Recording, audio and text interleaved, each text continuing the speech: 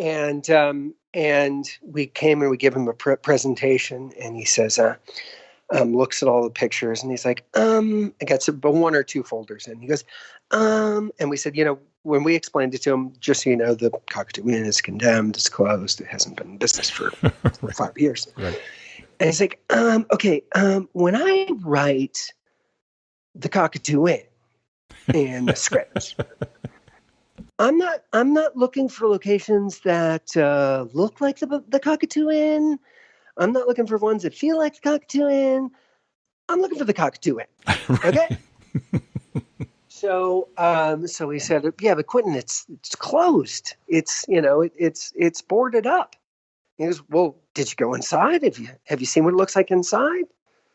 We said, no, I don't. We can't get inside. And he's like, well, let's see what you can do. So locations, go to 2. Doug on 2. Hi, this is Doug Dresser. You're listening to Locations on 2. And this is Dodd Vickers, your host for Locations on 2. I'm a location manager and member of the LMGI. The Location Managers Guild International is a global organization of location professionals working in film, television, and commercial projects filming around the world. Find out more by visiting them online at locationmanagers.org. Today's conversation is with location manager Doug Dresser. Doug has collaborated on such projects as Ready Player One, Little Women, Kill Bill, Jackie Brown, and the upcoming Matrix 4. Join me now for a chat on the back channel where the work gets done, Locations on 2. Well, hey, Doug, it's good talking to you. How you been? Doing well, thank you. So for the audience, this is a man who has scouted and worked in everything from Mexican brothels to great national forests around the country. But before we get into details on all of that, tell people a little bit more about you and your background. Sure. Yeah. I'm kind of born. My grandfather was in radio. Oh, I didn't know that. My parents were in television. Okay. They met on the game show Password, where my mom was the celebrity contestant booker and my dad was a cameraman. I'm learning stuff already. Yeah, he was a 35-year CBS cameraman for CBS Network. Oh, wow. And so I kind of spent my growing up, I grew up in Los Angeles, and I was exposed to television and everything like that at an early age. And one of my good friends growing up, his dad was a first assistant director and later a producer and was a head of production for DreamWorks for a while. And so I think when I was about 13, we went to go visit him on set. And the movie was Irreconcilable Differences with Ryan O'Neal and Drew Barrymore. Oh, sure. And sure. I was, I think a year older than Drew Barrymore at the time. And I remember walking around a film set and it was pouring rain and there was all these cables everywhere and lights and Drew took it upon herself to give us, these two young kids a tour of the set, and we walked around and introduced us to everybody and showed us where the craft service table was. And it was like, she's like, free candy. And I think by the time we got to the camera truck and we met a 3-legged dog named Tripod, I knew by the end of that tour that I didn't want to work in television, but I wanted to work in movies. And I really did from an early age. I knew that that's what I wanted to do. So I went to film school in San Diego and started an internship. I would work for free on movies, in between on summer breaks during college, so I could come out of college with a little bit of a resume. And then I worked at the San Diego Film Commission, where I worked. Starting out as an intern and answering phones and selling advertisement in the services directory, and then ended up doing commercials and television at the Film Commission. And then one summer I was going to drop out to go and come back to LA and try and get a job on a movie when I was offered a job as a location scout on a television show called The Renegade with Lorenzo Lamas. How did that happen? Who did you know somebody working the show and they said, hey, this guy knows the area, he worked for the film commission? Since I was working at the film commission, and I was kind of doing the permitting and things like that and helping with that.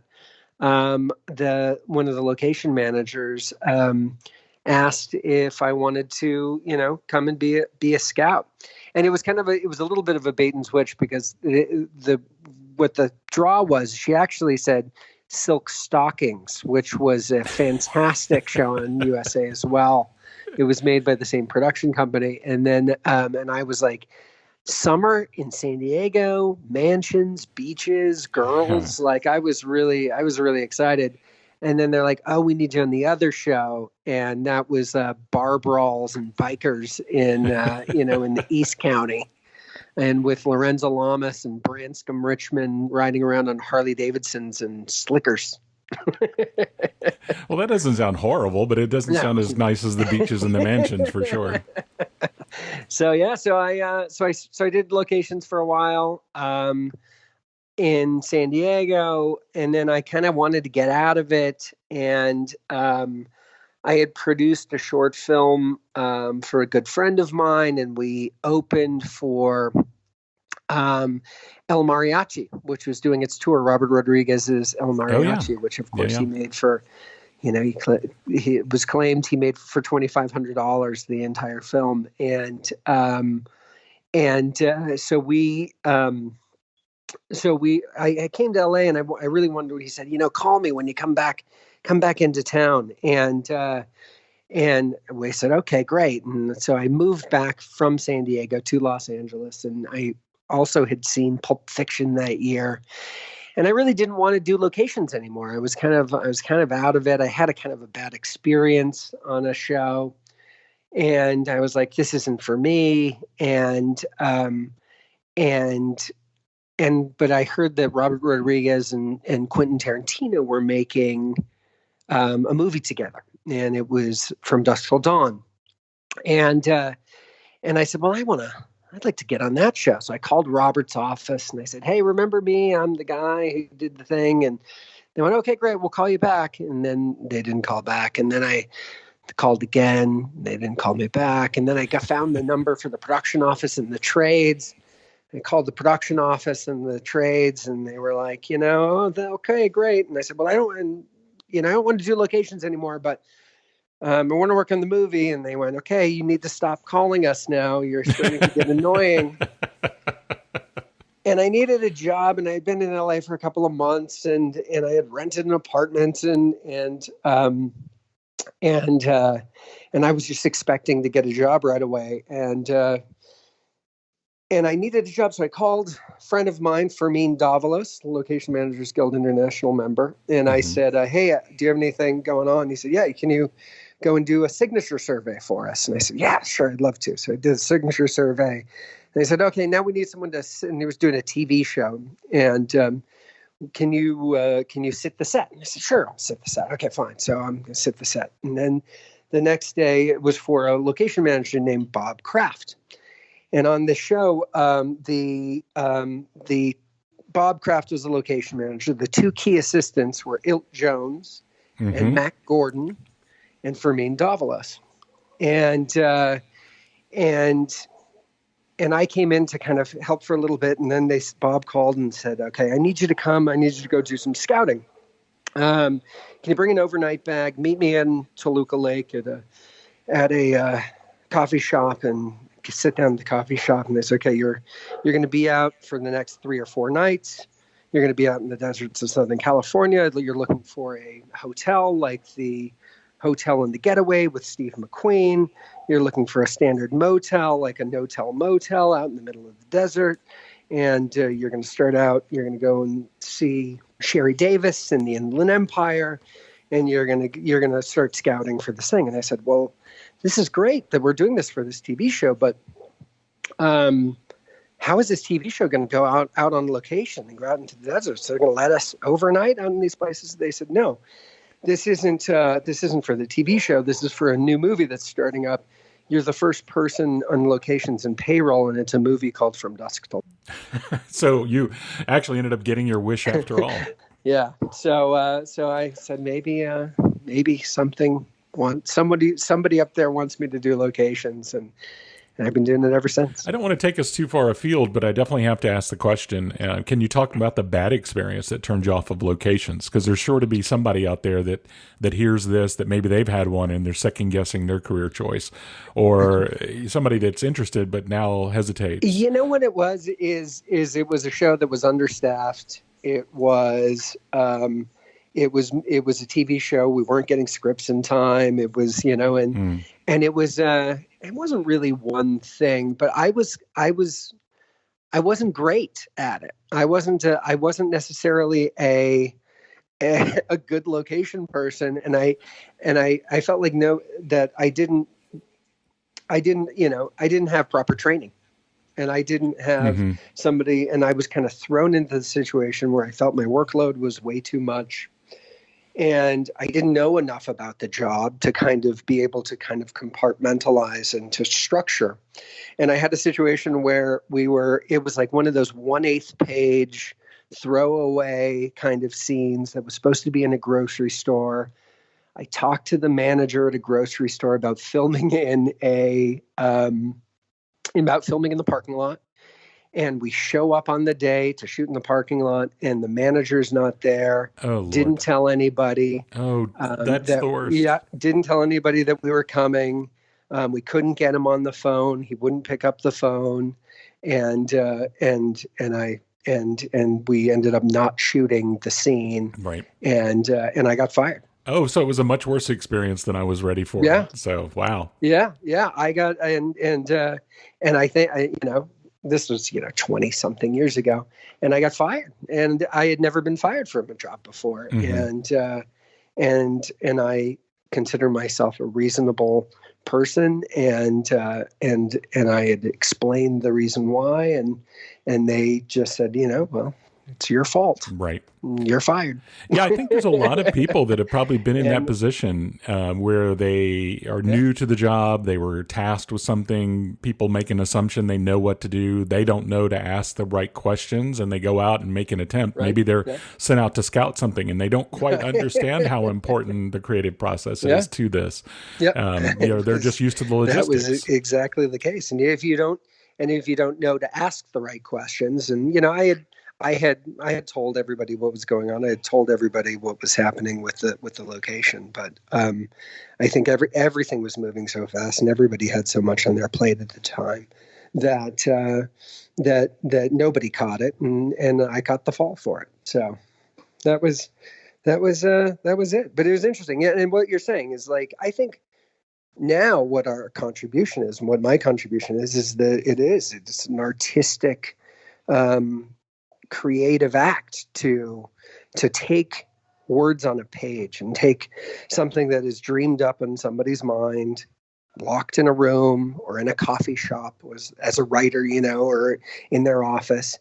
And we take those words on a page, and we have to bring it to life. And we have to bring our own experience as filmmakers, and from a production and a practical side, we have to balance it with the creative, and we get to provide a canvas that something magical will hopefully come from. And it's definitely one of my favorite parts. Yeah. And I think that creative aspect of it is certainly an incredibly rewarding part of what we do. And it's a part that a lot of people don't understand. But then again, I think a lot of people don't understand what we do at all. I know that I have family members that, extended family, that I tell what I do and they don't get it. And I think James Lynn summed it up really nicely with a title that I swore I was going to steal from him, and it was a crisis manager for film and television productions. But when you meet somebody for the first time and you try to explain the job, what do you tell people that a location manager does? I say we make the impossible possible. Right. But I think Chris Boss said it once, and then I made it my own because this is what we do.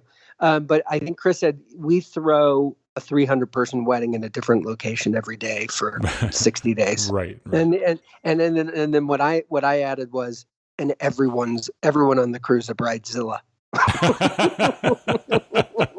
I'm going to steal that one too.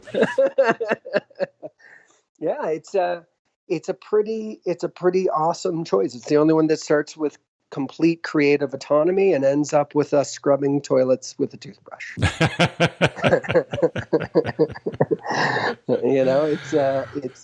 It's a really interesting, bizarre kind of combination of left and right brain and creative and practical, and where we have to be psychologists. We have to kind of approach filmmakers and their creative vision in a certain way, homeowners in a certain way, business owners in a certain way. We have the legal obligation of paperwork and liability, and we have to take pretty pictures. Right. So it's a really interesting skill set that we have to kind of develop, and we have to find skilled players that in our departments that have certain responsibilities and have certain jobs to do. And you have to take care of people. I think that's the main thing, is that you have to take care of both the company and the production, but you have to take care of the homeowner, the business owner, the city, the neighbors, the people when you're parking on the street. Mm-hmm.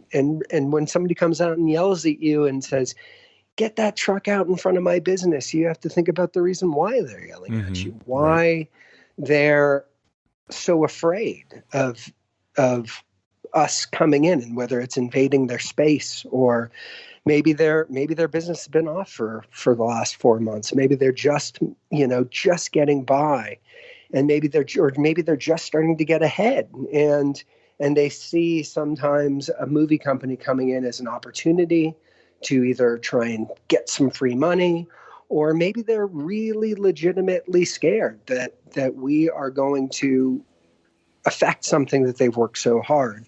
And we have to make those determinations, and we have to take care of them, and we have to understand them, and we have to listen, and we have to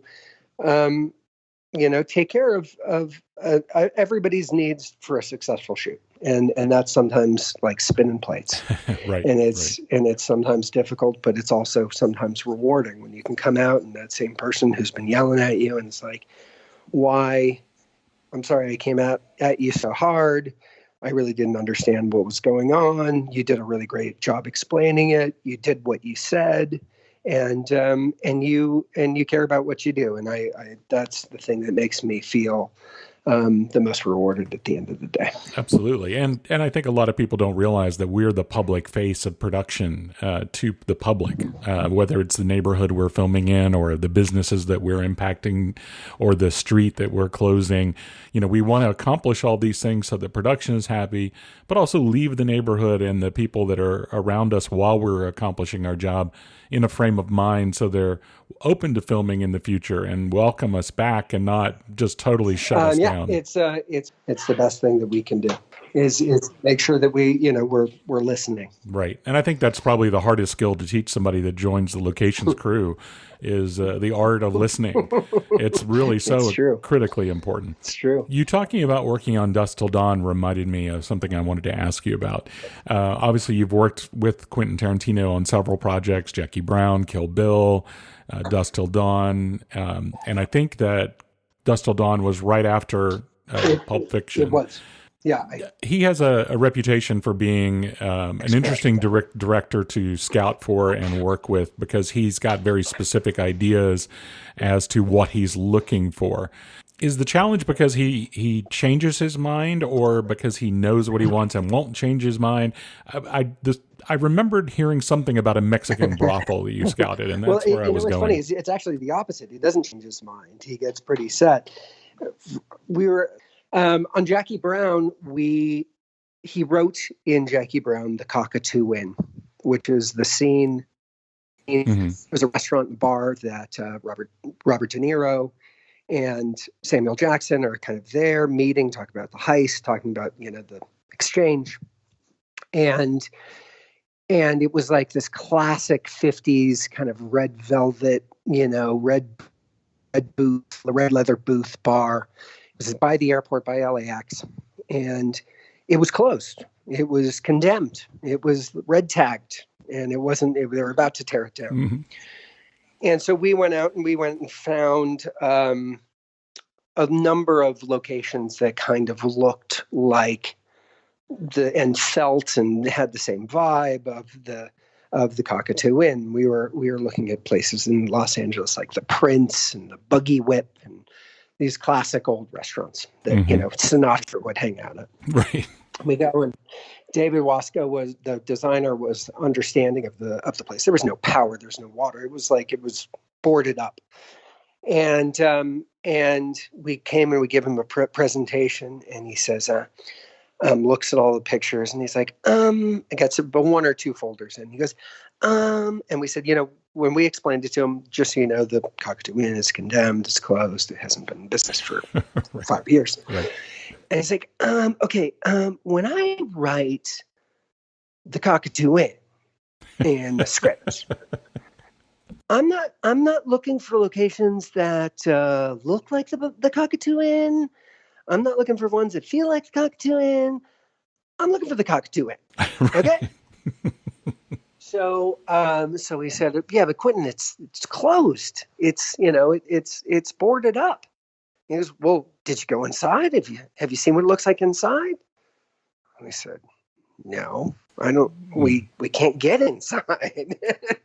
And he's like, well, let's see what you can do. So call the city, call the city manager of City of Hawthorne at the time, buildings in receivership, kind of this complicated web of ownership and everything. And we said, we just want to look inside. We just want to see what's in there, see what we can do.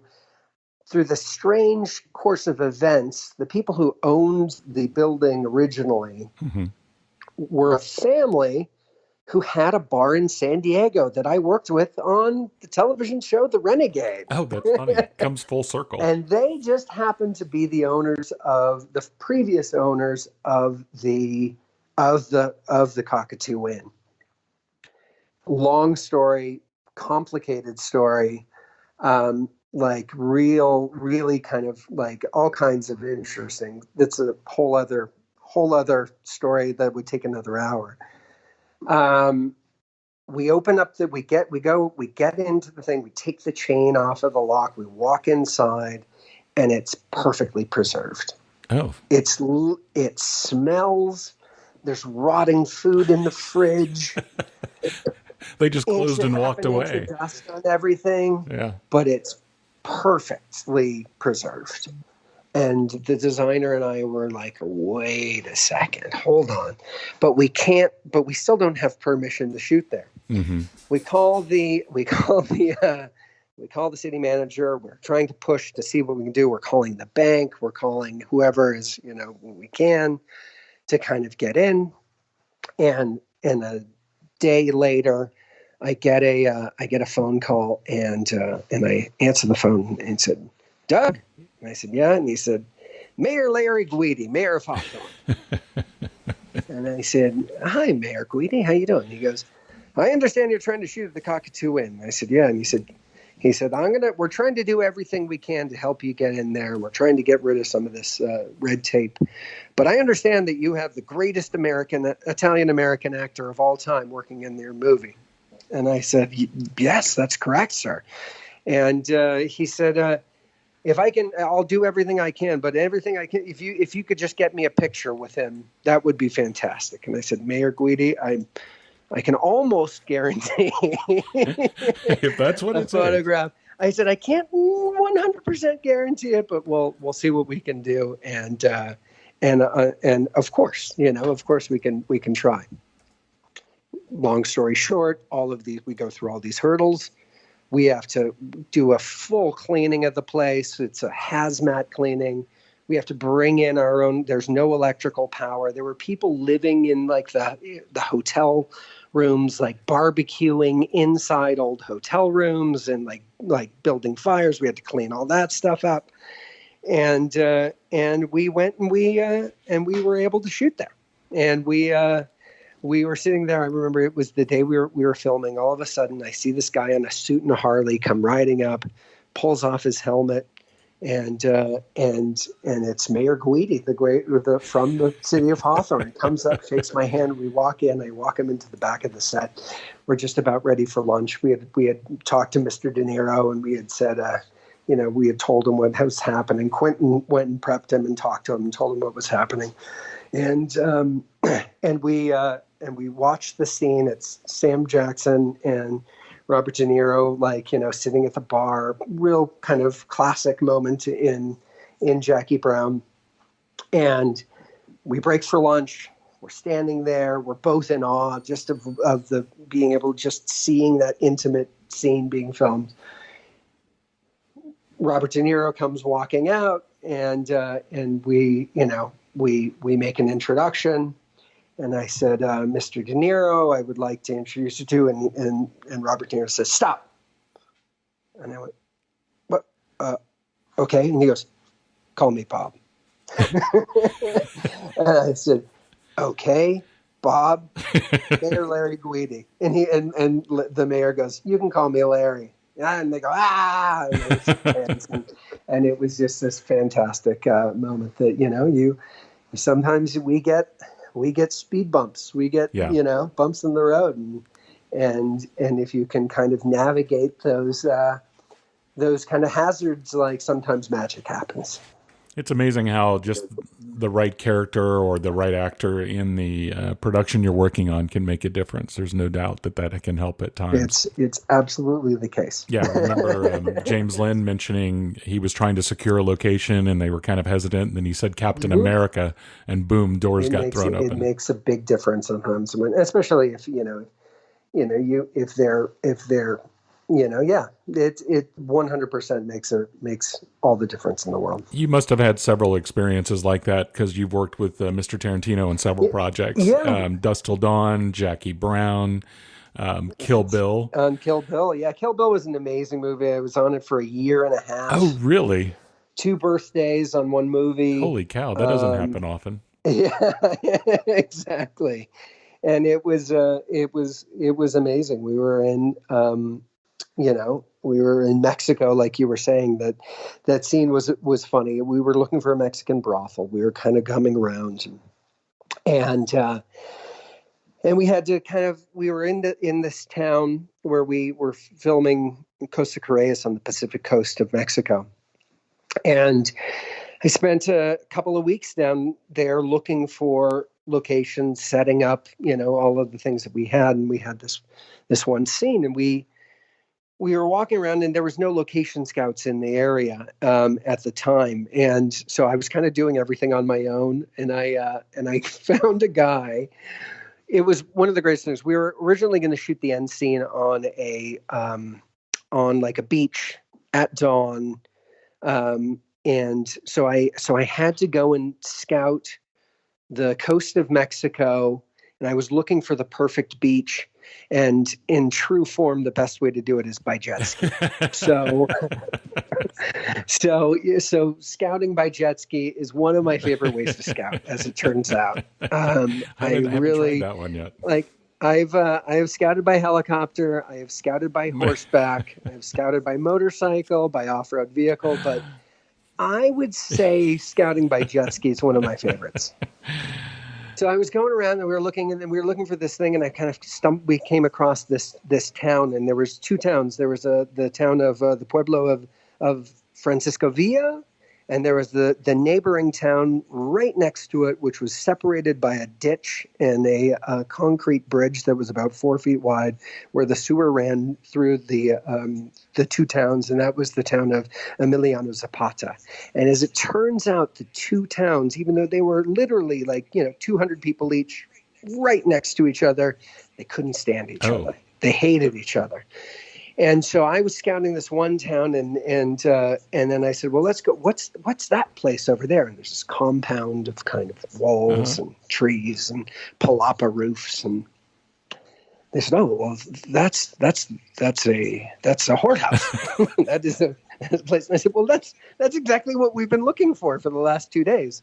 Well, we can't go over there. Well, why can't we go over there? Because that is in the town of Zapata, and we are in the town of Villa. I can't cross this little small bridge. And I was like, well, I can.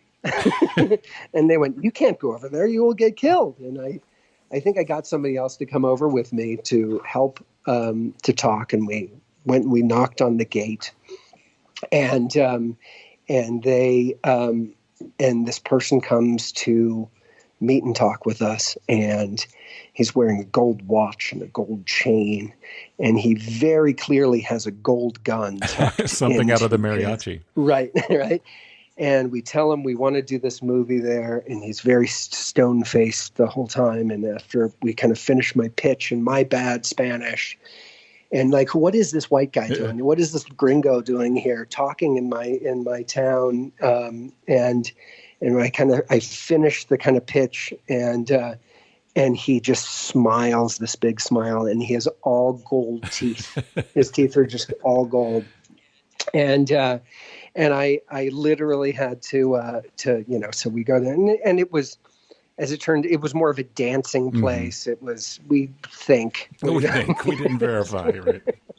Right. It was a place where farmers would go and kind of have dances and, spend some quality time, I think.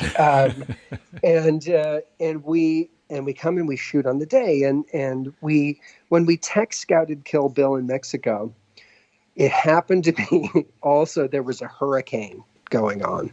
So we tech scouted the Mexico portion during a hurricane. Okay. So the hurricane was about 50 to 100 miles away. So we were just on one of the bands of the hurricane. So it was only like 60 to 70 mile an hour sustained winds instead of 120.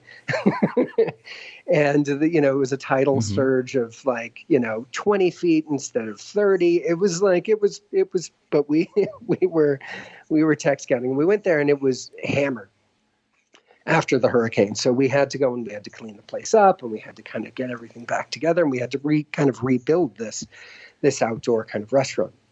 And when I showed Quentin pictures of this place, and he picked it, we were shooting the Bud's trailer sequence in the deserts of Barstow. Mm-hmm.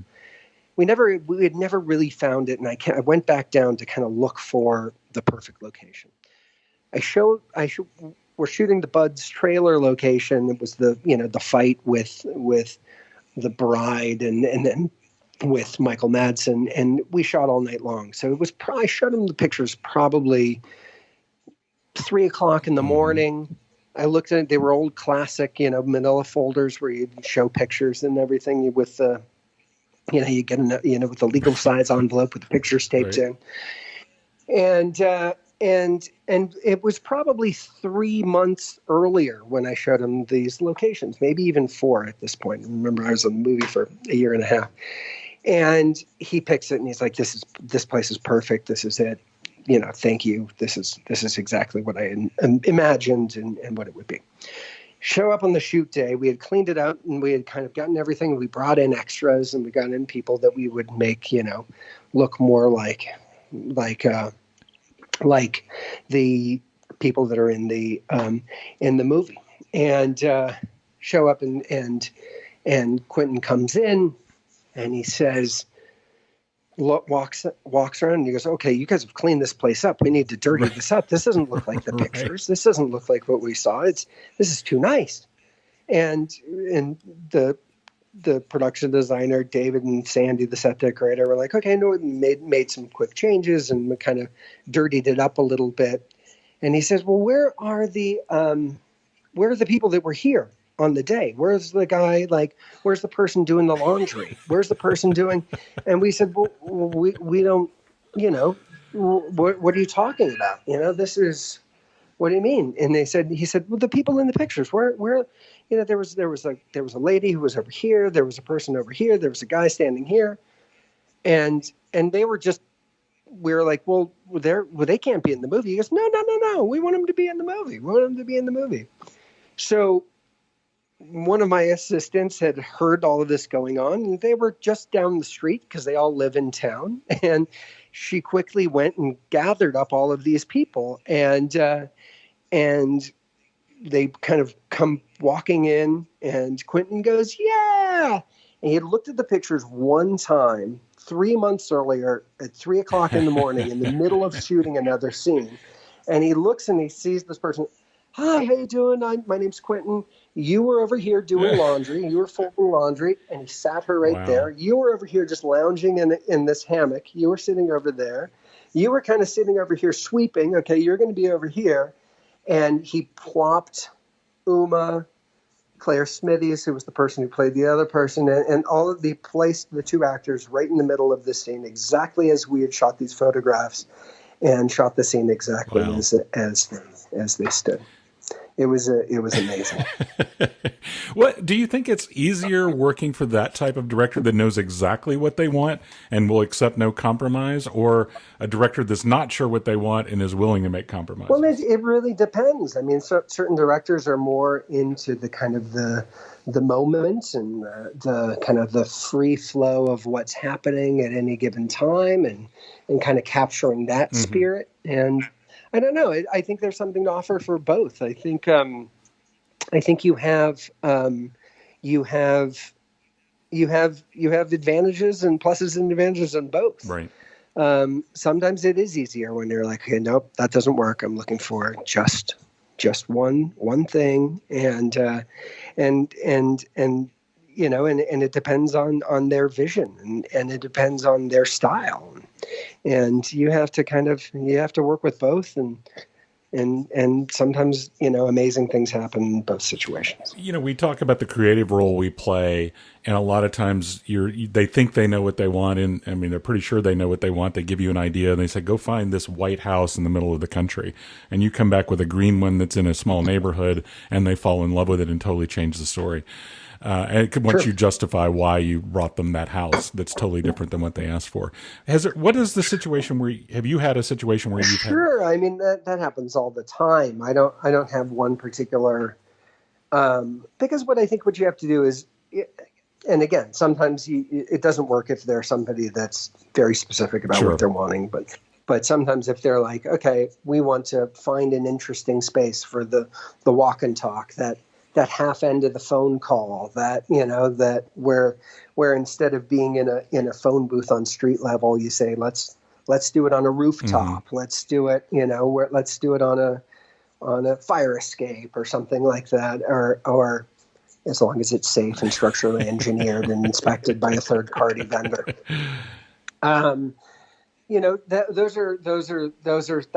love those parts. I love those bits when it's when you're like, we were thinking we could do this, or how about something like this? And if you have a good relationship with your designer and you have a good relationship with the director, I think they're more open to it. I think you have to make sure it's in service of the movie, and you have to make sure that it's pushing forward the story, and that it's not too far out of the bounds of what you're trying to do. But I think that's those little moments of creativity and make our contribution great. I'm based in Atlanta, as you know, and you worked here not too terribly long ago on a project that a lot of people will have seen. With a good friend of mine, Kyle Henshaw, and some other great Atlanta locations people. But y'all had some amazing hurdles for Baby Driver that you had to overcome. We did. It was, yeah. Baby Driver was fantastic. Edgar is one of those directors who wants very specifics. So he would say, okay, we need a warehouse building. It needs to be green. It needs to be 1920s. It has to have 15-foot columns, and it has to have a door over on the left-hand side where the character will come through. And we went out and we would find a warehouse that would be, 15-foot columns, 1920. It would hit every single one of the marks, but the door would be on the right-hand side of the frame instead of the left-hand side of the frame. And you'd be like, "Oh, Doug, this is perfect. Doug, I love this. This is great. Everything works. Sorry, we can't shoot here. Why can't we shoot here? Edgar, please tell me why, please." "Well, the door's on the wrong side. It's in the boards. The door's on the right, in the wrong place." and you go, and you kind of knew it going in, and you knew it when you were showing it to him, and you were hoping that you would be able to make some. And it was one of the, Baby Driver was one of the greatest movies I've done. I really, really enjoyed Atlanta. I really enjoyed working with that creative team. But he was definitely one that was very specific on every single element, and that would be in every chase scene, the way that a car would drift from left to right when it was supposed to be right to left. Would make something, we would have to reshoot something. We would have to, because he had every cut, every edit in his head to every beat of every song that was played before we started shooting. Every single element of that movie he knew exactly how he wanted that movie to be cut before we started shooting. And he would rarely move away from it. And he would take certain elements that he would see moments of magic, and he would kind of incorporate it, but he was very clear. And the way we worked out all of those chases is we did them on foot. We'd start walking. We'd find one building, like, for example, the Bell Bottoms opening sequence, which took us 28 days, I think, to shoot. Did it really? Total. Yeah, that opening 28 days. And we would go back and we would do things, and we had some second unit, and we had that where Darren Prescott, the second unit director, would go out and spin cars around, and we would come back and we would do stuff. We'd start with first unit, second unit would come in, then first unit would come back and do more. But we started by finding the bank, the original bank, the Candler building on Peachtree. And then we literally walked the sequence in shooting order all the way down back into the alley, and where the 180 in, 180 out is, that fantastic car move down in the alley behind the Bar Association building and everything. And we knew and we walked it, and we would go, nope, this doesn't work. Let's walk these streets. And we'd start from the beginning, and we'd walk it. Nope, that doesn't work. And what's amazing about Baby Driver is those chases are essentially in order. That's essentially the way that you would drive from that bank to that parking spot. And it's not a lot of cheats. There's not a lot of there's not a lot of bits that are not actually real. And so what you're seeing is, like, it's essentially, you could have shot it in one shot. Yeah, I guess so. But boy, that would have been quite a closure, man. Right. I mean, the ones you had and the ones you pulled off were big enough, but trying to do that in one take, that would have been hysterical. Right. So that was one of the amazing thing, is that we would start looking for locations, and Edgar would say to us, "All right, fellas, let's go. Let's get time to get our steps in." And we were walking miles and miles for weeks, like, really got in good shape, and we just spent a lot of time just kind of literally just beating the pavement and sidewalks, and then trying to figure out afterwards, okay, how do we break this up into small containable bits that we can close? How do we close this street? What days do we close this street on? What days do we close this street on? How do we kind of split up the kind of workload into a way that was achievable, and that was reasonable for the city, that gave us enough time to do what we had to do, and finding, and then talking to everybody in the surrounding area that we'd be affecting. It was really great. I think Atlanta became a character in the movie. We had a great experience filming there. Everybody was fantastic. I think Cordelia was a little shell-shocked when we first came in. No doubt. That office does a great job, and I can only imagine their face when you and Kyle went in for the first time to sit down and talk to them about this and what you were going to try and pull off. That's something I would have liked to have been a fly on the wall for. The very first day when we came into town, we knew the freeway, and the 75, 85 bit, where we had to close the major, freeway. And we had to kind of find a way to kind of film driving a car backwards the wrong way on a major highway. And when we first got into town, reading the script and everything, we went to the state, and our very first day, very first meeting with anyone in Atlanta was the first one was the state and GDOT, because it was something that we knew was going to take the longest time. Second one was Cordelia, because we knew it had to in the city of Atlanta, because we knew that she would be integral to the making of that movie. Fantastic. And both the state and the city really supported the vision. They supported it in every single way.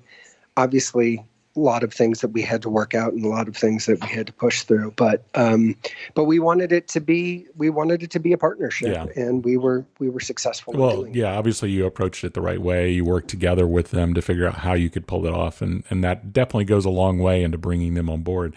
And I think it would be interesting to contrast the challenges on a project like that with something totally different that you've done more recently, like Little Women, where you're working on something that people are familiar with. You're not creating locations from whole cloth. You've got a look that's kind of established in people's minds from this piece of literature. And you're also working with trustees and whatnot, because you're filming on real historic sites. Exactly. Yeah, no, it's true. I took Little Women because I was excited that it wasn't a car chase movie after doing, and it was not a big action film. But it was interesting how a lot of the same kind of pieces had to come together, because aside from from a road closure standpoint, where we had to close major streets in Boston and put 2 inches of dirt on sidewalks and remove traffic signals and light poles, and then going into these, like you said, these historic locations, and where we had to hide the light switches, we had to remove the smoke detectors, we had to take out the exit signs, and we had to use open flame, and and so we worked closely, and we worked primarily in the greater Boston area, but a lot of it was in smaller towns outside of Boston. And we had to kind of work with their fire departments, their public safety personnel, and we had to tell them, okay, here's what we want to do. Here's how we want to do it. We want to have your supervision. We want to have you with us all the time. We want to make sure that it's run by professional licensed pyrotechnicians, even if it's running candles or putting a fire in a fireplace. And finding the best ways to do it. And then, because if you're doing a scene in a house where you have turned off or you've hidden, if not removed, the emergency fire exit signs.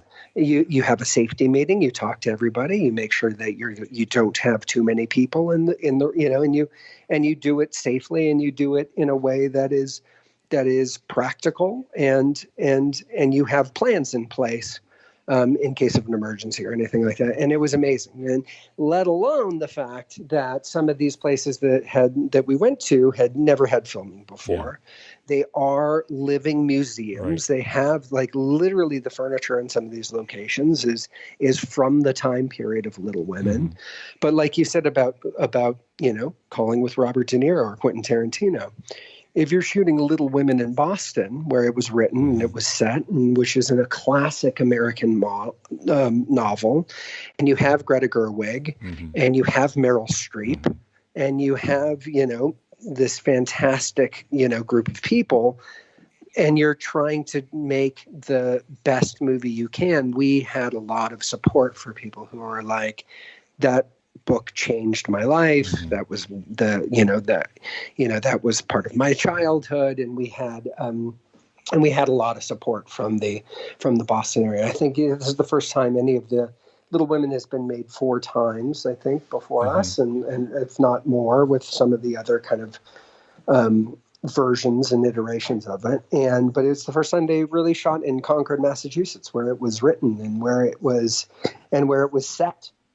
We had the fantastic privilege of working with the Orchard House Museum, and specifically their director, Jan Turnquist, who has dedicated her life to protecting and the home in the Orchard House where Louisa May Alcott wrote the story, where her family lived, and but was not practical for us to shoot there. It was on a busy street. Every piece of furniture in that place is original to the house and priceless and delicate. And so you couldn't sit on a chair. You couldn't, Right. It wasn't practical, but we had jokes on set that, if there was ever a question, you'd be like, call Jan. We got to call Jan and talk to her about it. We got to call Jan because she knows Louisa May and Bronson and all of these characters that we were telling their story. She spent, the last 30 years like living for these people as well. So she was amazing. And what we were able to do is we found a location. The designer and Gretta wanted to play the two houses against each other. We had two major places, and we looked various iterations of how we could do that. And we decided we were going to build the facade of the Orchard House on a property that was like a great estate. And we found all of these options. Then we found the perfect house in the town of Concord, where it really happened. Beautiful estate that just happened to have been for sale. We found it through the MLS, and we this huge field, and we went to the Orchard House. We designed. We took every plan, and we took every measurement, and then we just built the facade in the backyard of the property, and it was really, really beautiful. Was the hardest part was getting 3 seasons, getting spring, summer, fall, and winter, really 4 seasons in a 3-month period. So that was the biggest challenge. And you built the interior on stage? And we built the interior on stage on a warehouse converted stage that we kind of built. But that's you're talking about going into the Back Bay of Boston, and you're talking about how you start out the morning and there's taxi cabs and buses and duck boats driving by, and then we close the street, and 4 hours later we have horses and buggies and people in hoop skirts and then 3 hours after that, it's back to the taxi cabs and honking cars and buggies and honking cars and buses. And that's amazing when people would literally walk by, and they would, people who had lived in the neighborhood forever, and they would just be stopped in their tracks, looking at these locations that with a fast turnaround and amazing set decorating and greens department, where we were able to transform these streets back to how they looked, 150 years ago. And even people who lived in that neighborhood all the time and people who were like, what do you mean you're closing the street? What do you mean? Would come out and be like, this is amazing. Yeah. This is really amazing. So that's always nice too. What, when you think of how your job has evolved since your early days working in the film office and to what you're doing today, how has the technology changed? What are the tools you use daily now that you never would have imagined? And what do you think's next? What do you think the next big thing for location scouts and managers that we need to be getting on board and thinking about today is? I mean, listen, when I started, it was Thomas guides and maps, right. and film and 1 hour photo, and when I started in college, like, one of the reasons I took the location scouting job is because they gave me a cell phone. Mm-hmm. And because before that it was a pager and a roll of quarters. And I thought a cell phone was amazing. Could you imagine not doing our jobs now without Google Maps or Google Earth or a cell phone? I was going to say, just your camera that's built into your phone as a backup to your main camera alone, it makes a huge difference in what you can capture when you're not expecting to stumble across. Absolutely. And I think what's happening now is it's going to be 3D scouting and going in with doing a VR scout of a location so that everyone, because of COVID and everything, but I think that's going to be a technological advancement where everyone can come and they can sit in their own living room, and whether they're putting on VR goggles or just scrolling around on their iPad or on their computer, that we have the ability to take those kind of scout photos and set decorating, and the production designers can start moving furniture, and they can start taking furniture and trying different colors and paint schemes and things like that. And I think I think it's going to be interesting to see what happens in the next 10 years, how production comes back, and whether or not us old dinosaurs that go and close streets and do movies with 500 extras are a thing of the past for good, or whether or not we're going to kind of do those occasionally instead of all the time. I mean, I think it's definitely a time for introspection and examination on what we do. Because if you my last, I just did The Matrix in San Francisco, and we had 500 to 750 people on set every day. Yeah. And that's not going to happen in the near future. Right.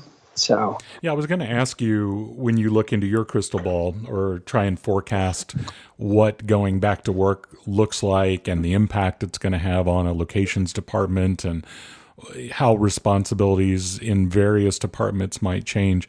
I was just wondering what your thoughts are. Do you want to take a few guesses at what you think that looks like when we all start going back to work and creating new content and going on to location? Well, I think that it's really an expansion of what we already do. I think that depending on where you go and what kind of union like jurisdiction you're in, things like cleaning vary from state to state and city to city, and whether it's a locations job, whether it's a craft service job, whether it's something like that. But it's something that we have to help and organize. We're going to have to get more parking lots and spread out the crew more. And we're going to have, multiple lunch areas for the new thing, for the near future, where you might not be able to have everybody in one place, and you might not be able to have everybody park and gather at one place. And if a crowd is gathered in groups of 25, and you have a crew of 200, there's going to be interesting logistical and practical considerations that have to be made. And I think it is going to be something that we are going to have to help oversee. And I think it'll be interesting to see how things end up when working with studios and safety departments and the other different trades on how that workflow will be set up. And I think that's going on now and being discussed all the time. Yeah, and I think it changes jurisdiction to jurisdiction, and even in the last 60 days, you've seen things dramatically change from where it was 2 months ago. Absolutely. Well, I think the first thing we have to do now is as we're scouting, the first thing you do is find out what the local rules are for whether it's state, local, yeah. and sometimes those are different. So if it's a 25 person max gathering, in one city, and it's unlimited in 100 in another one that's right next door, it's gonna narrow your scouting field and where you can go. But the main thing is I think doing it safely, doing it responsibly.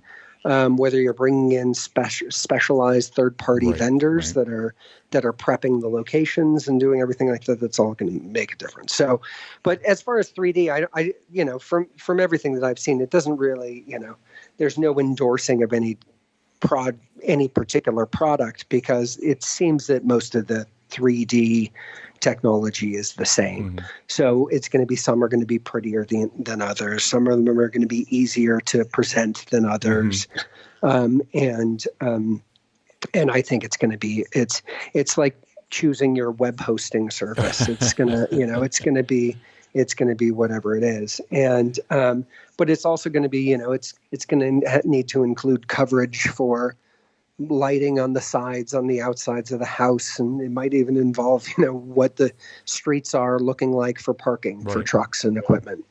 So it's going to be interesting to kind of see how things evolve in the next few months, and what the market responds to, like how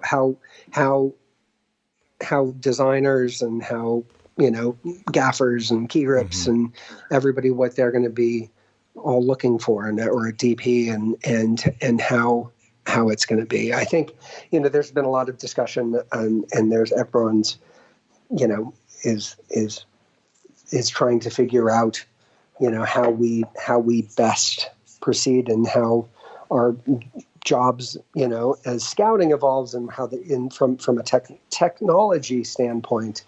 But I think it needs a few more months to work out, and whether or not the locations photos become part of the workflow has to be something that the visual effects departments and everybody else have to be on board with, and the best way to go about it, and how to best serve the production. And because you're one of the few people that we've spoken to that works in locations that actually started out with a goal of getting into the film industry, went to film school, I'm just curious what your goal was. Did you plan to be the next big director? What was your thought? You know what? I always had more of a production kind of like take on it, where I would produce and find things. I did, I wrote and directed a few small films, but I was always kind of the one to kind of help, like, further the vision. And one of the things is, like, I think that's why being in locations is natural for me, because it's service. It's finding how to best put forward and move a project creatively, practically, budgetarily down the line in a way that is in service to the story, and in service to the filmmakers, and in service to the studio that you're working for. And I think I've always kind of found that was my place, and I think I've been okay at it. I'd say so.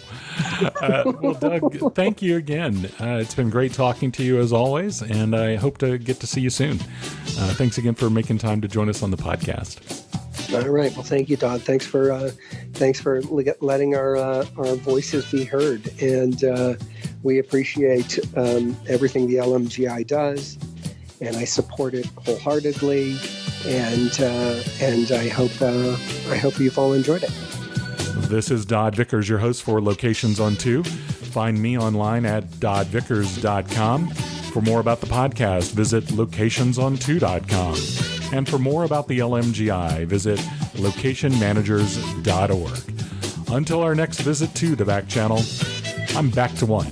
Where the work really gets done, I'm back to one.